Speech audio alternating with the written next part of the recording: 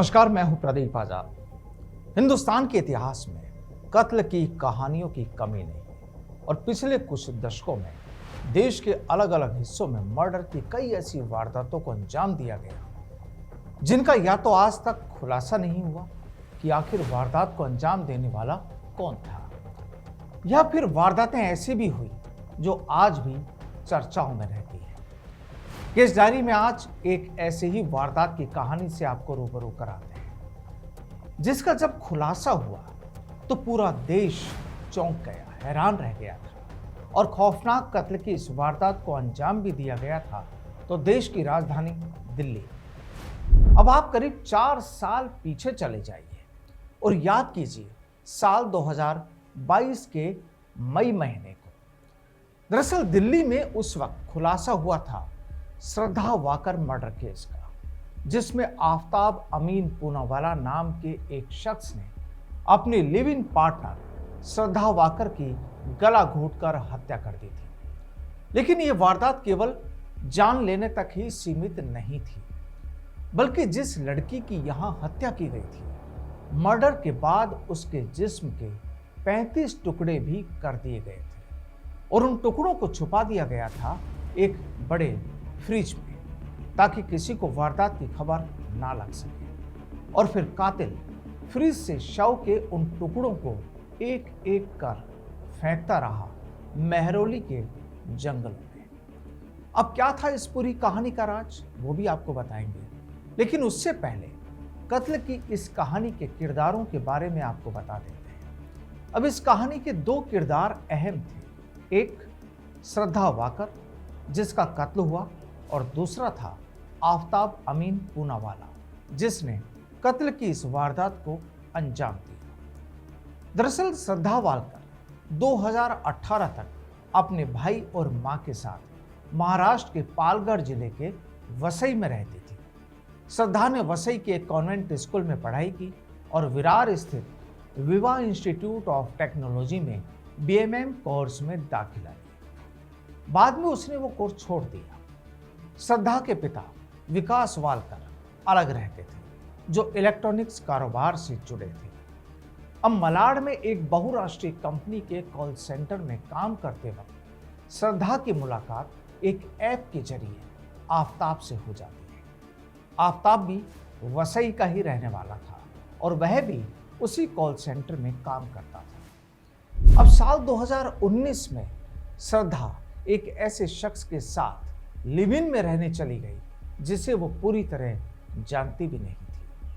अब एक बात होगी और वो ये कि आफताब एक एक्सपर्ट शेफ भी था, जो ये जानता था कि मांस के टुकड़े आसानी से कैसे काटे जाते हैं और कैसे उन्हें सुरक्षित रखा जाता है। बहरहाल अब बताते हैं आपको इस मर्डर केस की पूरी कहानी। दरअसल इस कहानी का खुलासा हुआ कत्ल के करीब 6 महीने बाद और हुआ यूं था कि श्रद्धा के पिता ने पुलिस में एक रिपोर्ट दी कि श्रद्धा के बारे में उन्हें कोई खबर नहीं मिल रही।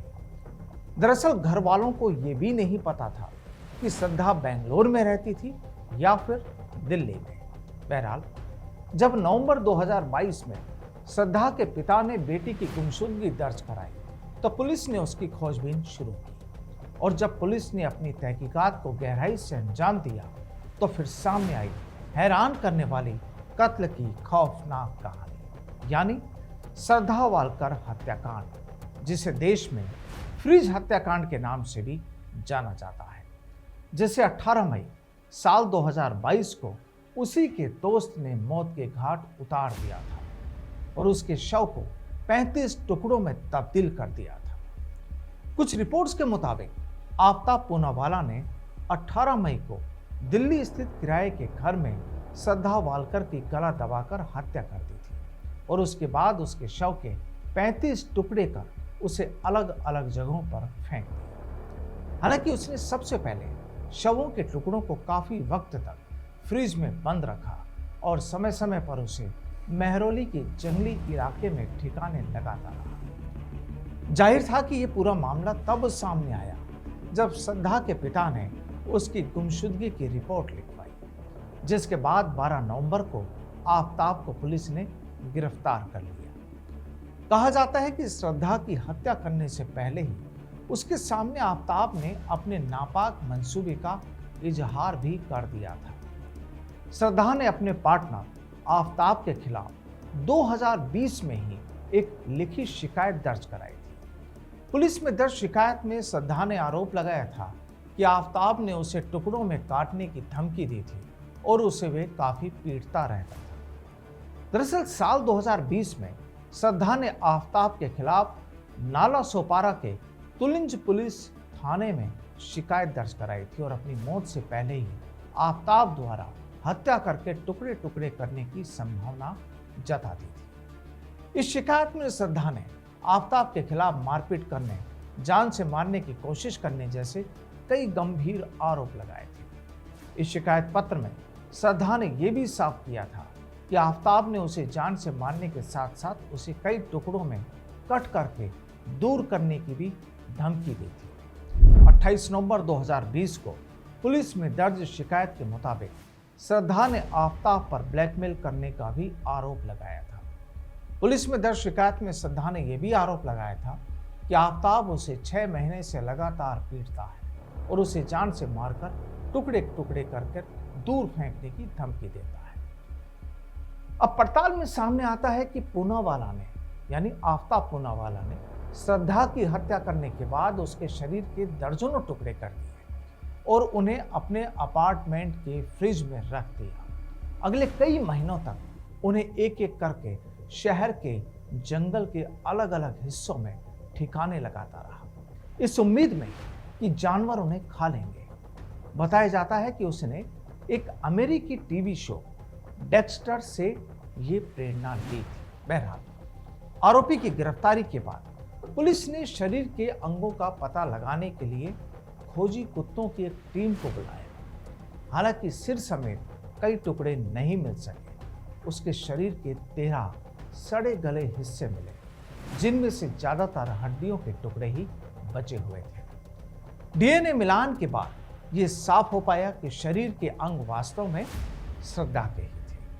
वहीं दिल्ली पुलिस का कहना था कि गूगल पर सर्च करने के बाद आरोपी आफताब ने केमिकल के जरिए फर्श से खून के धब्बे साफ किए और दाग लगे कपड़ों को ठिकाने लगा दिया।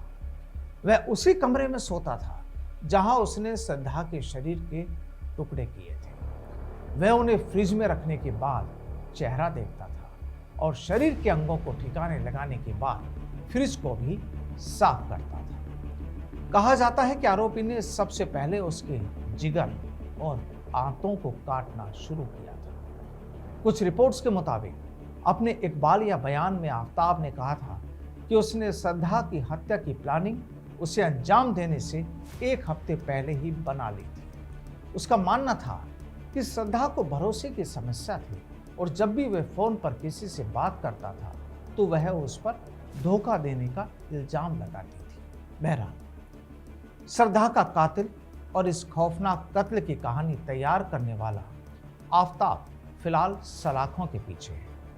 लेकिन जो भी हो, श्रद्धा मर्डर केस की यह कहानी अपने आप में कई सवाल भी छोड़ जाती है। मसलन आखिर वो कौन सी वजह थी कि श्रद्धा को लेकर उसके परिवार वाले भी उसकी जानकारी नहीं रखते थे। वहीं जब श्रद्धा को आफताब से शिकायत थी तो वो फिर उसके साथ क्यों रहती थी। बहरहाल आज की केस डायरी में फिलहाल इतना ही। फिर मुलाकात होगी किसी नई कहानी के साथ। तब तक के लिए इजाजत। नमस्कार।